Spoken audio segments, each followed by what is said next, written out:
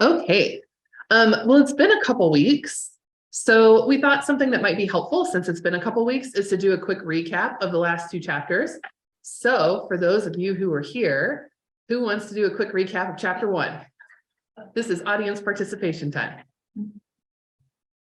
What happened in the first chapter?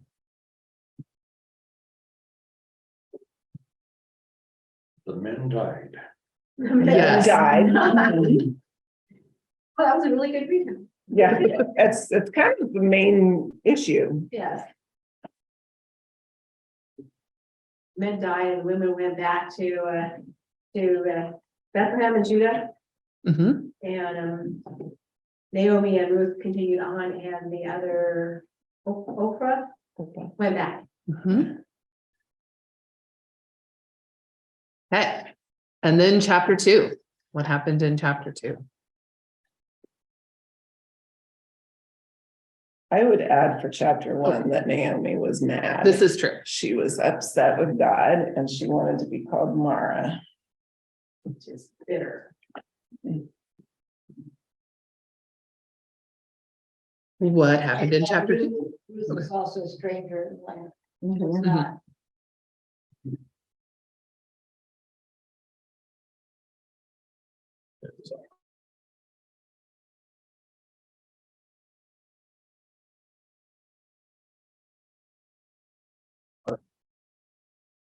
What happened? Did bad. And then Boaz took her under his wing, and even though, well, he was a relative of hers, a relative, and they were very thankful that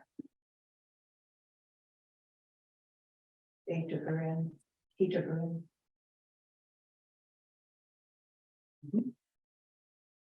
He gave her lots of grain, Mhm. more than is a reasonable amount to carry home by herself. Yeah, yes. We learned about that crazy levirate marriage. Oh, yeah, that's right. We did our role play. My That was children fun. died. Yeah. Anything else we need to recall before reading chapter 3?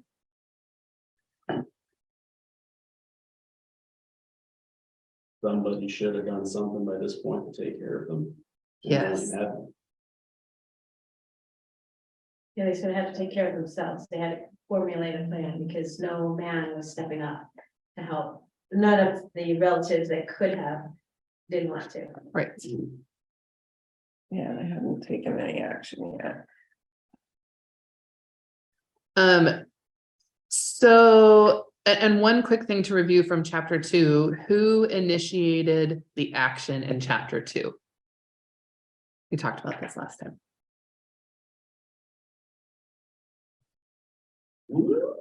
Yes, Mhm. But Boaz continued it.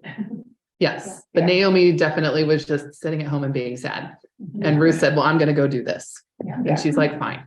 Yeah. Okay, so keeping that in mind, because the actor is going to change in chapter 3.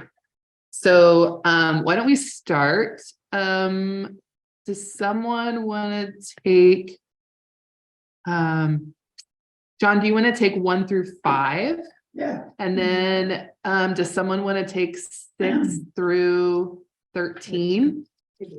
Okay, and then someone else want to take 14 through the end? Okay. Okay, Okay. Naomi, her mother-in-law, said to her, "My daughter, I need work to seek home security for you, that it may be well with you. Now here is our kinsman Boaz, with whose young woman you have been working. She is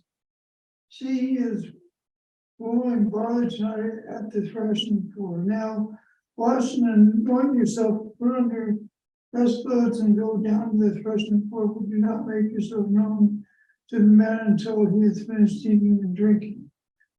When he lies down, observe the place where he lies, then go and under cover its feet and lie down. He will tell you what to do." She said to her, "All that you tell me, I will do." So she went down to the threshing floor and did according to to all that her mother-in-law had commanded her. When Boaz had eaten and drunk, and his heart was merry, he went to lie down at the end of the heap of grain, and she came secretly unto his feet and laid down. It happened in the middle of the night that the man was startled and bent forward, and behold, a woman was lying at his feet. He said, "Who are you?" And she answered, "I am Ruth. You are a close relative."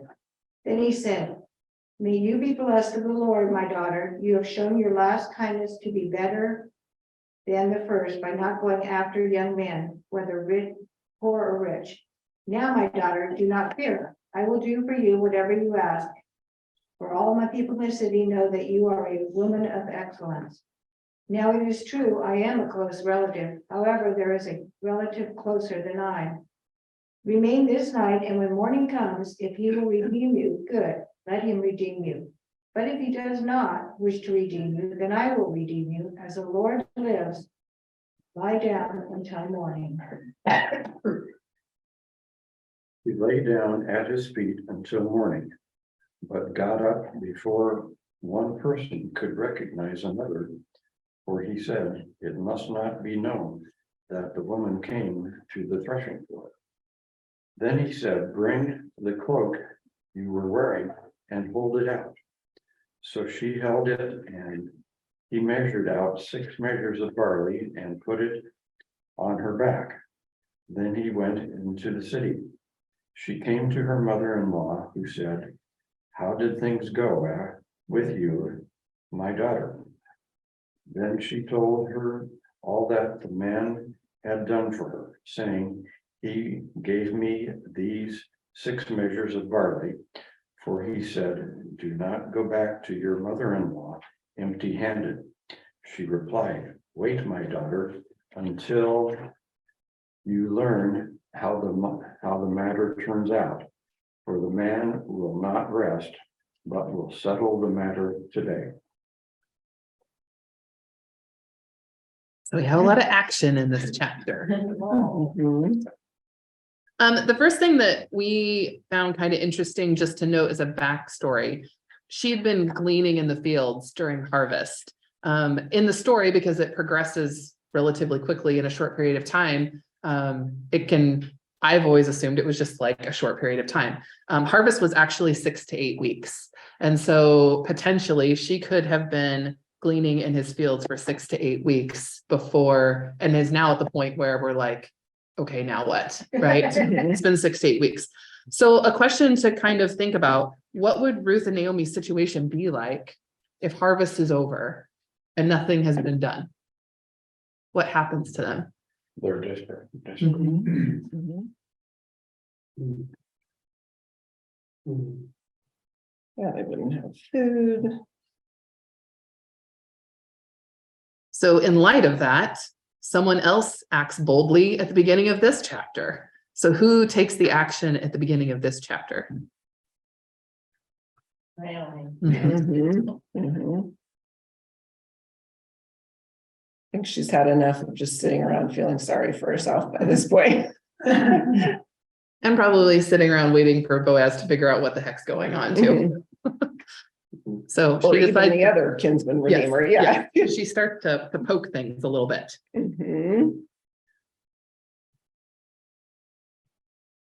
Yeah. So, yeah, so Naomi points out to Ruth that Boaz is winnowing barley that night on the threshing floor. So this happened at the end of harvest, and this is when they're getting all the chaff out and whatever, and getting the pure grain.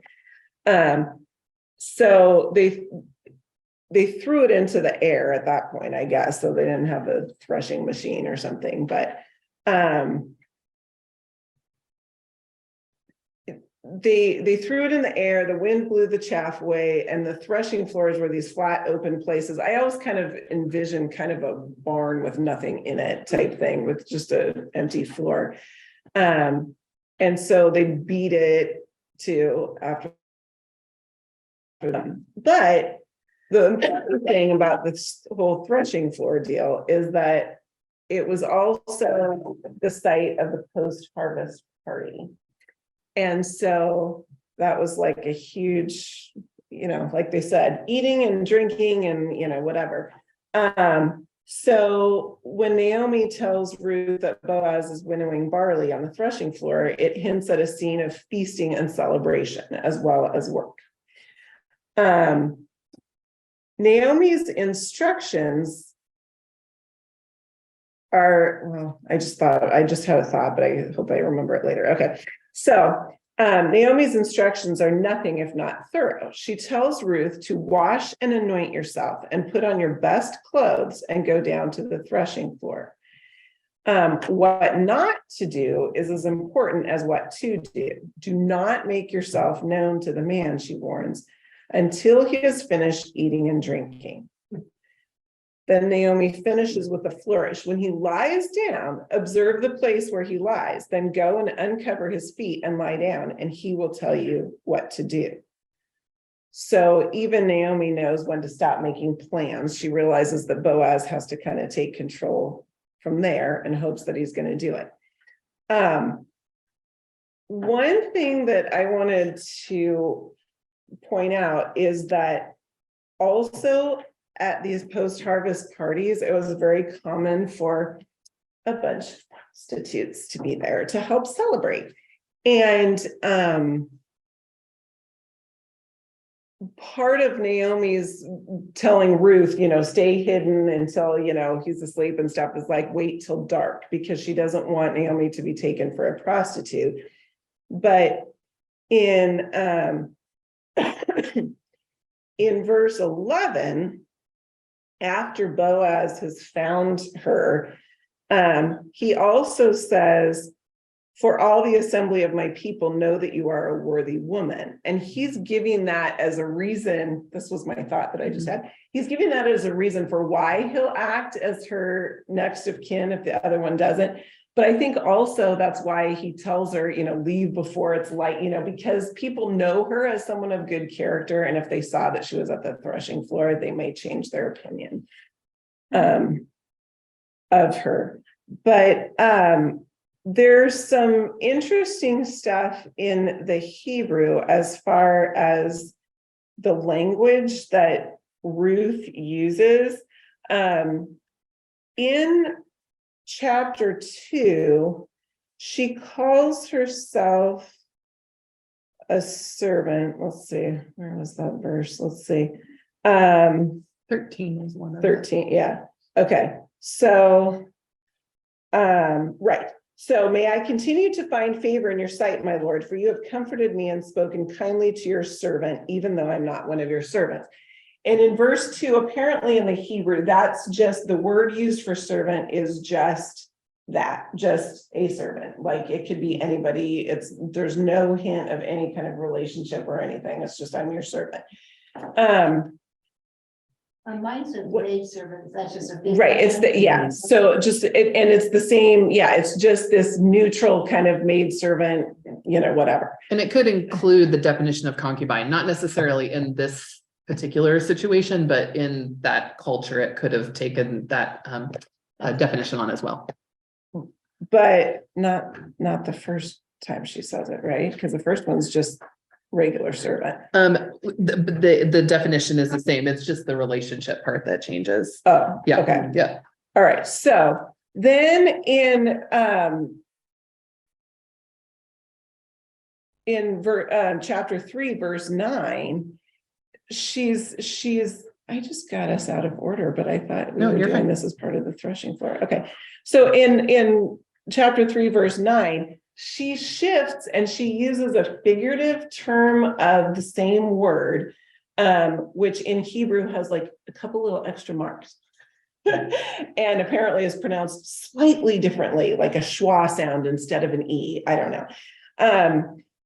But the figurative sense of servant then indicates a relationship, because she is claiming the fact that she thinks he's next of kin, and he's already taken care of her by giving her extra grain and during the harvest, and she's kind of claiming this relationship. She's still calling herself a servant, but this is someone who's more a servant, who's a valued part of your household. Or again, as a concubine, somebody who has a relationship with somebody. And so she's claiming that relationship. And after she does that and asks him to, spread his cloak over her, then he then calls her my daughter, which indicates that he's going to offer her that protection and also claim the relationship. So let's see, hold on, Sarah had texted me this. Oh, I just put it there. Oh. So that's what that is. Okay. Yeah, my text is really, really blurry. Yeah, okay, so she knows that he will take care of her. And he's promising that. I just think that's quite interesting. She is in her own way being very bold at that moment, because prior to that, it had been a kind relationship, but there had been no ownership in that. And at this moment, she is saying, I'm basically putting myself out there and saying, will you take ownership over me? And he responds favorably. So she's really putting it all out there, because it could have gone one way or the other. So is she basically proposing to him? Like, if we were, in our modern terminology, she proposes to him, basically. Basically, yeah, and he's really gratified because apparently he's older than she is, and he's really pleased that she hasn't gone after a young man. And yeah, she's basically saying, and she thinks her wording is in verse 9, for you are next of kin. She really thinks that he's the next of kin. Right. And he has to point out to her that no, there is somebody who's closer, but if he won't, he basically makes an oath. He says, as the Lord lives, I will act as next of kin. He's promising that if this other guy doesn't do it, he will do it. So he's going to care for her, but she's the one that carries the grain home on her back. But as she's doing that, he's going into the city.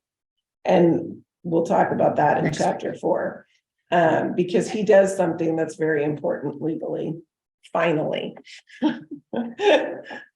So she indicates her thoughts is that Boaz is his next of kin, right? That's what she essentially says as much in here. It's another question of who knows what and when do they know it. So go back into chapter 2 and look at verse 20. And look at how Naomi phrases the conversation. One of our closest relatives. Right, one of our nearest kin. Mhm. So Naomi knows, and I don't know if she knows that he's not the closest, or whether she, it might be, do I have 10 cousins and which one is my actually lawfully closest cousin? I don't know. But Naomi knows that he's in the circle, but not necessarily that he is the one. Boaz definitely knows he's not the one, right? Ruth has no idea. She thinks this whole time that because of how Naomi has constructed this meeting, that this is how this goes.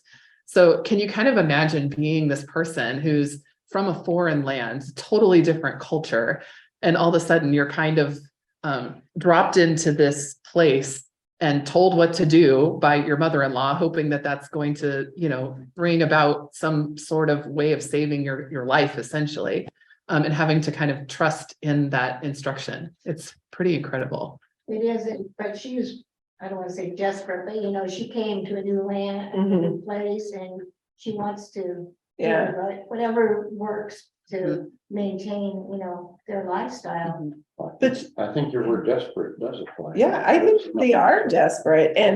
But I really realized here, she really thinks, Ruth really thinks, oh, I'm gonna do this, and if Boaz says yes, then he'll be the one to redeem me.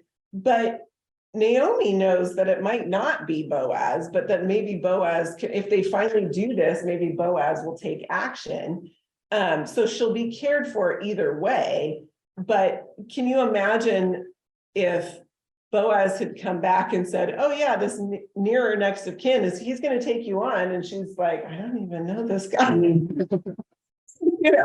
So it's good it works out the way it does. In one of the commentaries I read, there was an interesting thought about the position of where she laid. This is a place of protection at his feet, with no sense of impropriety.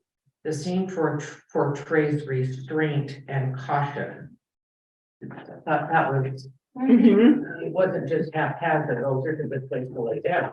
Right, And and we'll get a little bit more into that in Yeah. a minute, because there are different interpretations of that. The racy part of the chapter. Oh, yes. yeah, So, Mother-in-law, I mean, it's very manipulative to put on your clothes and perfume and all this and go Yeah. after he's drunk. mhm. And yeah, She commanded her to lay at his feet. Mhm. yeah, So yeah. she knows something. And why is she taking off the covers off his feet? So he gets cold and wakes up in the middle of the night? We'll talk, we'll go into a little more detail on that one. Yeah. Stay tuned. It did, just out of happenstance, I've been totally not biblically, but I've been watching, a PBS, series on Marie Antoinette. And so they talked about her coming from Austria to France and how her whole life, once the marriage was figured out, they started teaching her how to be French, acting how, this is how you need to act in French court. This is how you need to do all these things, with the purpose of her becoming part of this life, right? And her mother at home was doing all of this, like, you need to do this, and this is your duty, and like all of these different things. And so it was just very interesting to me that thousands of years later, that idea was still happening, that women could get sent from one place to another to form an alliance or to form some sort of connection to someone, and the mothers were still behind the scenes doing a lot of orchestrating and that, because in some ways it was their only way of having status and having protection, right? Because they didn't have rights in and of themselves. So, And there's no romance involved either here or in Marie Antoinette either. well, and so that's a question, and Arranged. and we'll talk about that a little bit. So one of the questions that I put in there was, because we're now at the place where Boaz has to act, right? Mhm. She's laid down, she's done this thing, Boaz has to act. If it wasn't technically his responsibility to take her on as a wife, what changes his mindset? Why at this point does he say, I'm gonna do this? He's not just being nice to her anymore, not just being kind to her, he's actually acting. But it was her request, pretty much. She was forward in making the move. Correct, but he could have shut it down and said, He did not have to go on. Right. No. He was flattered. Mhm. Here was this Perhaps. this young thing and he's an older guy going, really? Yeah. perhaps. Mhm. He knows she's risked a lot by doing this, and risked, her reputation and everything. Did anyone else note that it sounded like Boaz was doing work on the threshing floor? Mhm. Yeah, and he's the boss, He's yeah, the landowner and the boss, yeah. but he's still, getting in there and doing physical work as well. Mhm. Found that interesting. Good. If we look in verse 10, when he responds to her. Get my thing where it says here.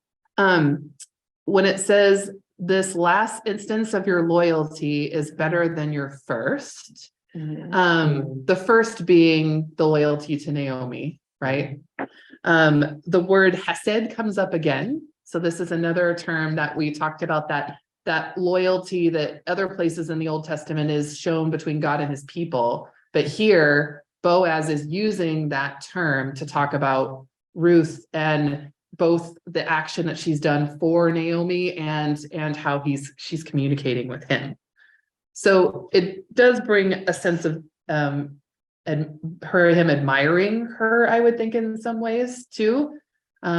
For like admiring that characteristic of loyalty and the just from the very beginning, he had shown some kind of perked interest in that, oh, this is the woman who's taking care of Naomi, but now it's really kind of bringing that back. And again, in a way that is traditionally in the Old Testament reserved for God and people. But here it's talked about relationship between two people.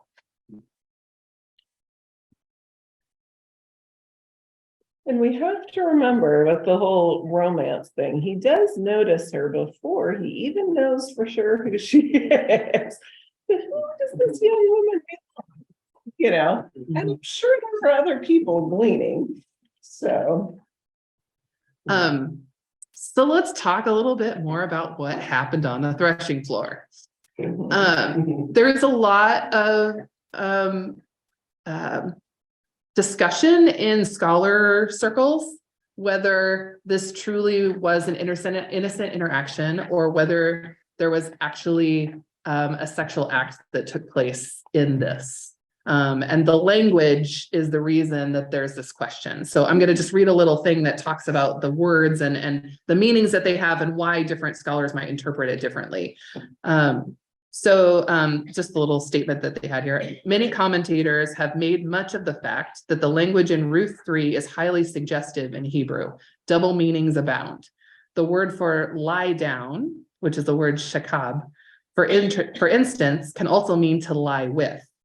It is used 6 times in the chapter in verses 4, 7, 8, 13, and 14. The word for feet, or regalim, appears 4 times, 4, 7, and 8, and then 14. And in the Old Testament can also be used as a euphemism for male genitals. Finally, the word for no, or yada, is also used 6 times in the text, verses 2 through 4, verse 11, 14, and 18. Although it is translated in various ways in these verses, the word yada can mean no in the biblical sense. Upon observing such suggestive language, some commentators have concluded that they consummated their relationship on the threshing floor. And one of the cultural things that it had pointed out, if he actually was her next of kin and they had consummated their relationship, that would not have been considered like a negative thing, because essentially she proposed to him. Their idea is the relationship starts at the betrothal, right? Not at the wedding day. And so that act at that time would not have been frowned down upon. It would have just been what happens. But not all scholars believe this. It's just that the language kind of paints a picture where it's hard to kind of determine one way or another. So based on that, what do you think? You okay, Don? Well, in 12, he says, it's true, I'm a close relative, however, there's relative closer than I, so maybe we have consummated already and then said that, or we did it after, or I mean, I don't know. Who knows? He is drunk. Yeah. I mean, there is that. yeah. Not that I'm making that phrase things one way or another, but And that brings up a point though, because there are people who argue, well, they wouldn't have consummated it because if he's sober enough to say, I'm not the next of kin, he probably wouldn't have messed that up for the next of kin. He would be careful not to do that. They may, I know, exactly. I love that we have a paragraph in our guide that was just great. It says, none of this is to say, because they're going with, oh, maybe it's just suspense and it's supposed to be suggestive and fun. But it says, none of this is to say that Ruth and Boaz did not want to consummate their relationship. Every indication is that they did. But they and we have to wait until we learn how the matter turns out. So, yeah, it's.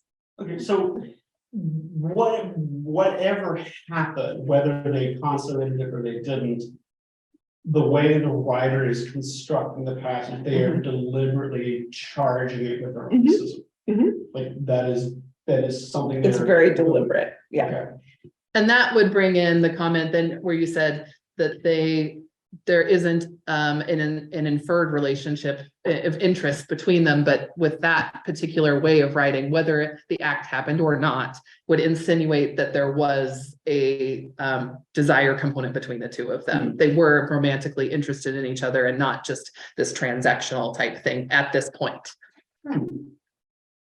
So to me, maybe the important thing here is that, or maybe the reason it was written in this way is to elevate both Boaz and Ruth. Right? Because if it had been written as, and then they did it, If they had restraint, it might show character, yeah. You're right. So it's just sexual tension then. Mhm. But that's where when you say, when they said uncovering your feet, how would that wake you up? If feet don't mean feet, then maybe Yeah. that's where some scholars would say that happens. Yeah, wow, I never got Yeah. yeah. I learned, I think, where the phrase yada, yada, yada comes from. Yeah. Very true. Mhm. It is, back to what we. Good point. Back to what we talked about, though, it is, he does have an attitude of protection over her, though, because he does talk about stay here until the morning, but sneak out before anyone sees you, because he doesn't want her reputation to be compromised, right? So whether it happened or it didn't, either way, people could have said, oh, look at her, she was trying to Yeah, get she in was there. on the threshing floor. Yeah. I mean, yeah. So there's Yeah. there's still, no matter what happened, there's still an element of risk for her. Mhm. Okay. And the question is, how much did she know it? Again, going back to my, watching these things where you've got these women back in the, times where they were all shuffled around Europe and stuff like they didn't know what they were getting into either. They'd show up at these places and not know what the consequences of their actions were. They were just doing what they were told. So it's a little unclear how much she understood the gravity of what she was doing and how much she was just trusting that Naomi had her best interest at heart and was telling her to do something that would be helpful. Which is quite bold, really, for her, and desperate at the same time. Mhm. If you're gonna be a homeless person, you do weird things. Mhm. Homeless and hungry. Mhm. You suppose the early church fathers had these sorts of questions about what actually went on there, or is that more a function of the last couple hundred years and sort of our change of view of sexuality? I honestly think that you would probably find some stuff in the Midrash or other Jewish scholars at the time probably turning over these exact questions. Because there is a difference in the Hebrew about, the whole maidservant versus maidservant, yeah, so, yeah. I would guess some of it has become more prominent in the last 100 years or so as more women have gotten into biblical scholarship and into pastoral positions as well, though.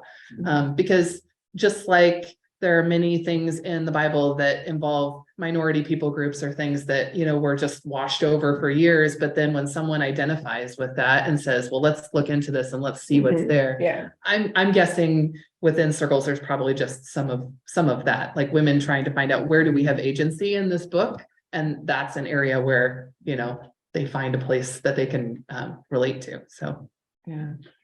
But, today and biblical times, both writers would write with a certain amount of finesse and, open-ended questions or unanswered questions. And I think that's maybe what we're looking at also. Mhm. and we'll see it as a little spoiler for next week, because they do reference the story of Tamar, which we will go back and read. And there is a lot of sexually risque information in the Old Testament. And that is included in chapter 4. So they hold her up as a pillar of the faith when you look at the different genealogies and stuff. So and her situation was even more directly manipulative than what was happening here. So we'll see how it's interesting that they included that in the text when we go into the chapter for next week too. So, but I think, like I said, in some worlds, whether they did or didn't doesn't necessarily matter. But the point is that the author was trying to show that this was not just a matter of duty, that there actually was a connection between them. You get your little happy ending story kind of thing, you know, the little, Yeah.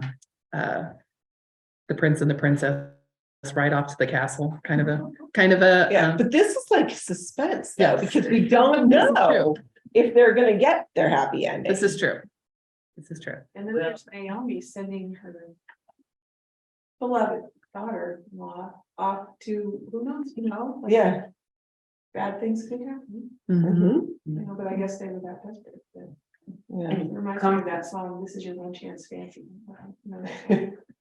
You know, commentaries are very unique in their perspective. Here's a sentence from another commentary. They, meaning both Boaz and Ruth, they were both people of integrity and honor, and to view this scene as a seedy, seductive event diminishes their upright characters. And this author says that's the purpose of this story is to show their upright characters, because after all, they lead, you know, in the line to Christ. So this one must be pretty conservative. Well, and I think there's parts of Christianity over the centuries that have been very repressed from a sexual standpoint. Right. And there are others that it's just, this could be the start of an exciting, healthy relationship, right? And so, yeah. You never Yeah. watch what you read. Well, Mhm. again, look at the author, is the author, I or the don't know commentator, this author. yeah. Um, If the commentator is an evangelical white male, I would imagine that it's probably going to be pretty the repressive. Gospel Coalition. Yeah, Yeah. that's gonna be really repressive. Well, they have a tight, heavy lid on sexuality, is kind of their approach to things. And that's part of the challenge of it, looking at any scripture is trying to understand, you know, what things meant in their original context, Right. you know, Mm-hmm. and, so. Yeah, I mean, Right. but, you know, having, you know, multiple wives or something like that, I mean, you know, it's, we so often put on the text what, you know, what we carry or what we want it to, Yeah. you know, to mean, so. And the biases of, you know, our own perspectives, right, with, you know, male or, you know, North American or Protestant, Catholic, that kind of stuff. Well, like I said, that was news to me that if he had been the nearest kinsman and they had consummated their relationship, that wouldn't have been like taboo at all. That would have been just what happened. Basically, they agreed to get married, did their thing, and then they would have moved on. So that was a cultural thing that I didn't have an understanding of until we kind of dug into things too. So Yeah. Betrothed meant married and all except the church ceremony. So if Naomi knew this, that Boaz wasn't the next, do you think Naomi knew? well, like I said, that's a question. Either because she says in chapter 2, a nearer kin. One of right? our near kinsmen, yeah. So I mean, the two options I think you're looking at are either, again, you have 20 cousins and which one is my closest, I don't know, right? Or because I mean, we talked about how she viewed this as God's providence, that Ruth ended up in this field. And that if Ruth ended up in the field of somebody who is kind to her, then maybe this is the road we're going to take, even if it isn't 100% following the letter of the law, right? Maybe there's something that Boaz would do to, I don't know, Maybe orchestrate things. Boaz is the rich. Here's. Mhm. The rich heirs of kin. So she's like, we're gonna, I mean, look at some other guy, but we're gonna aim you at the attractive rich guy. And just go that way. There- Try that. Yeah, there is also, you know, Naomi could have also been thinking though, that even if Boaz wasn't the next of kin, he would make things happen after Ruth went to him. And so no matter what, she'd get taken care of, because we'll see in chapter 4, what Boaz does is, you know, he calls together this group of men. Somebody's gonna take her, you know, because, you know, and so either way, no matter what happens, Ruth and Naomi will get taken care of because Boaz will make something happen. Well, and when when Ruth goes back to Naomi, Naomi says, you know, how'd it go? You know, Yeah. and she talks about, well, he gave me 6 measures of barley. But that's almost like a gift of a promise. I mean, there were cultures and there, who knows, there may still be where they would leave gifts of food, for their intended and their family, like, and that was a way to show interest and to promise protection and stuff like that. And it could have also indicated provision. I mean, if he's Mhm. basically saying, here is my promise to you that you will continue to be fed, right? I Yeah, mean, it's yeah. on a very basic level, but Mhm. obviously it would expand to other Mhm. things once the relationship continued. She had to carry a lot. How much stuff can you make from barley? I mean, where's the protein? Well, if it's not totally processed, there probably is a lot of protein. Yeah. That's what makes you a think there's good not- diet. It's more like whole grain. It's more like whole grain and it's better than starving to death. Yeah, that's true. It's not white And then if they rice. had extra, they could sell it for some of their eggs. Yeah, yeah, Here, I'll trade you my Yeah. barley if you give me some of your eggs. yeah. Yeah. Well, and it's partly perhaps the time of year. Mhm. They're gonna grow what grows best. Right. Yeah.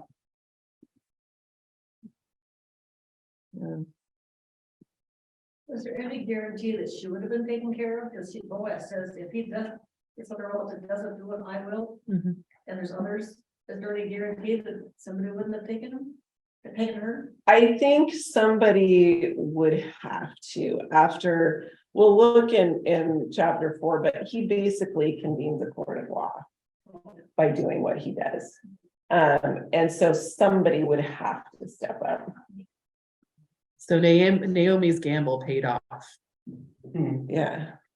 So if he starts a court of law, women can't do that probably back in that day, because Naomi couldn't have said, okay, guys, Yeah. no, it has to be a man initiated event. So Naomi's gamble paid off, is that paid? Well, then here's our question. Where do the characters see God at work, right?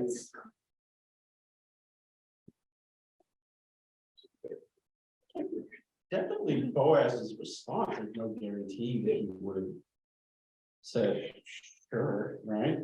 He could have just said, no, get out of here. Right? I mean, He could have, yeah, sure. so I mean, like the fact that he responded positively could be interpreted as God's favor. Mhm. Yeah, but was Naomi stepping out in faith or was she just saying, we gotta make something happen? Who knows? And sometimes is us getting nudged to be the actor, God pushing us to do what we need to do, right? We have to be willing participants, right? Mhm.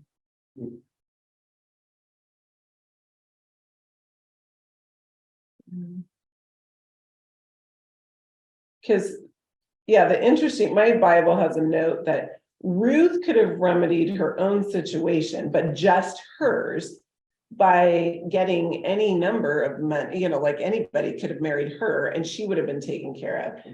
But Elimelech's line would not have continued on. Naomi wouldn't necessarily have been taken care of. The land would have been lost, all that kind of thing. So.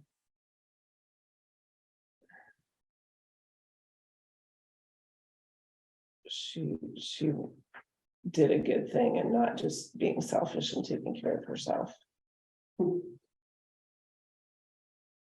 That's interesting. So by her being strategic that way, then in effect, the local culture continues uninterrupted.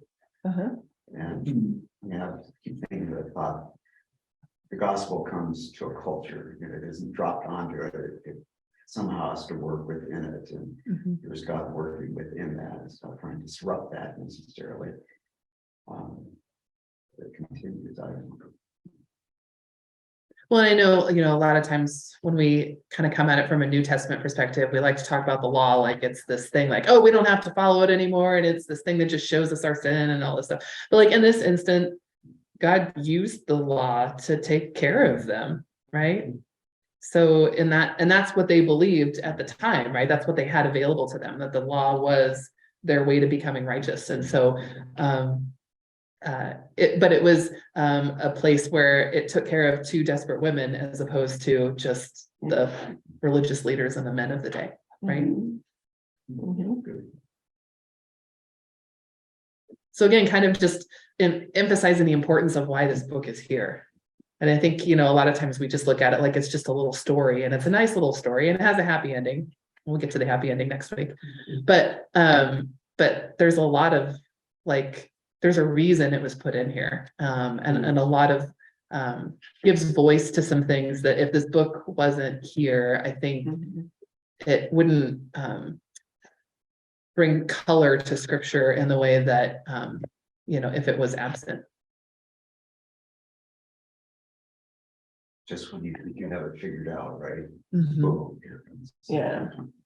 So, and we have to remember, not just another spoiler, not just Tamar, but Rahab is also in this family line.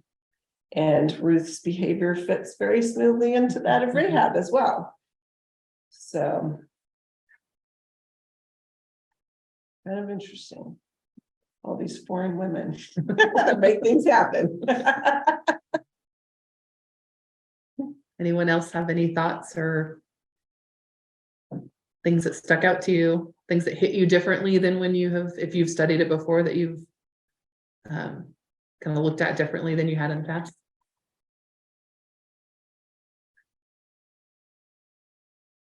Please tell me that Boaz was sort of a decent guy, though, wasn't he, sort of generally speaking? Oh, good. He's already taken care of Ruth and Naomi to a huge extent by giving them extra grain and letting her, protecting her in the fields, because, things could have happened in the fields apparently. He's working on the threshing floor with his workers. I mean, that, he's not just somebody sitting back doing nothing. And we talked about the other week, he's actually walking through the fields too, and takes time to talk to his servants and stuff like that. Absentee. Right. Yeah. And I think that's when we talked about him, quote unquote, or whoever, all of them really shirking their duty. The equivalent today would be of if there was somebody out there who had been wronged by someone else and had things taken away from them, their house or whatever, and somebody was a lawyer who had the knowledge and skill set to do something about it, but it wasn't really their responsibility, right? Because they didn't ask them to be that. Is there a responsibility for them to say, I should step in to help this person have things rectified for them? Or, and he did come around eventually, right? He just needs some nudging to get there. But I think we've all done that, where we've stood aside and said, I have a way to rectify that with that person, but it's not my business. And I'm not, even though that person might not have had the agency themselves to be able to manage it themselves. So I think we can all find ourselves in that.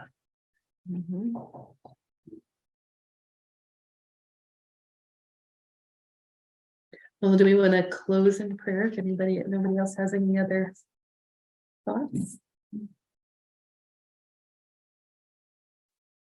Gracious God, your steadfast love never ceases, and your mercies never come to an end.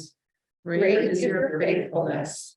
Therefore, we hope in you when we are unsure of the future, when we wonder why, when we do not understand what you want from us. Give us the strength and discernment to follow you more faithfully. And next week will be the end of the story. Yeah. I wonder if Naomi ever I was thinking about Matt's sermon about Abraham getting, this legend of, his faith never wavered and all this kind of thing. And, did Naomi ever get kind of legendized like that? Oh, she had such great faith.